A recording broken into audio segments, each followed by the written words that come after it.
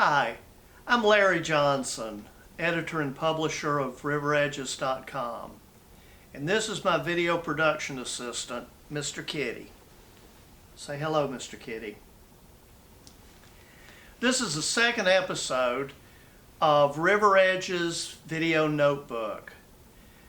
This series is going to take a different article that we've published each time and give you a little bit of background on it, very briefly. Each of the episodes is going to include three components. One is to give you a little background as to why the story was chosen and how it developed. The second is to let you know how the facts were gathered and verified. And the third is going to be a brief critique of the article, a criticism. I'm going to explain what could have been better about the article and what I intend to do next time to correct it. Well, how I chose a story was kind of interesting. I took a course in feature writing in the journalism department at Georgia State University last semester, and one of the assignments was to write a profile.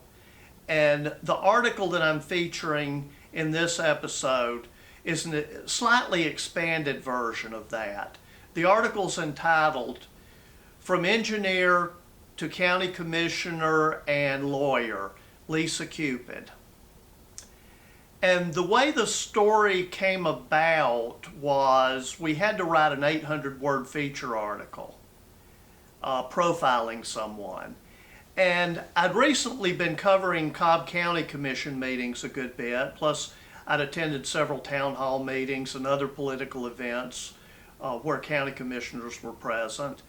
And I thought that District 4 Commissioner Lisa Cupid would make a very interesting interview subject. And also how I gathered the information is pretty straightforward because this is a profile. I did some web searches. I dug through my own recordings to pull information, and there goes my video production assistant.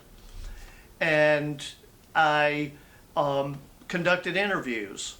The first interview was an in-person interview with Cupid, and the other three people that I interviewed on the phone. They included Robin Meyer, who's with the Mableton Improvement Coalition, Galt Porter, who's on the Cobb County Planning Commission, and Michael Boyce, who's chairman of the Cobb County Commission.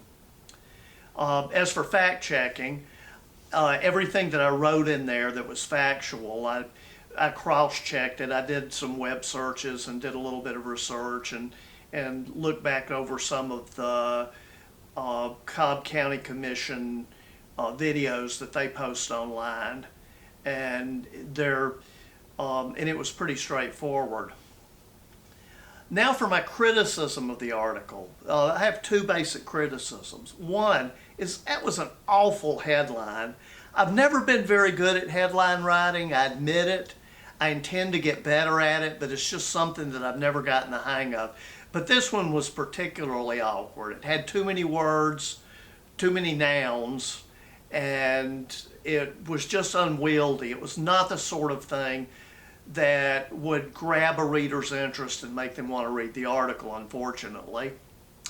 My second criticism is that I really should have expanded the article further before publishing it on River Edges. We were given that 800-word constraint for the class, and it was rigid. You know, we couldn't go much beyond 800 words. But this was ideally a 1,500 to 2,500 word article where I could have gone into more depth on the subject and maybe covered interviewed a few more people.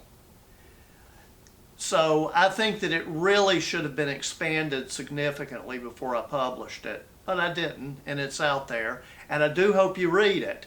And I also hope that you regularly visit riveredges.com. Thank you.